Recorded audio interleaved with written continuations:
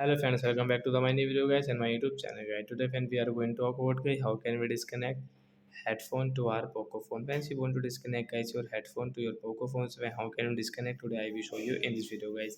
So before starting video friends, first of all go and subscribe the channel guys, click the bell icon, like the video. So when first of all guys we will have to on our phone setting to disconnect our headphone. After phone setting guys, you can see this type of setting, and friends you can see guys your phone Bluetooth setting. So I will click on Bluetooth setting. Friends, you can see guys we have connected guys this BT company headphone, and guys we want to disconnect this headphone. So how to disconnect? Guys, right side this option guys, tap here.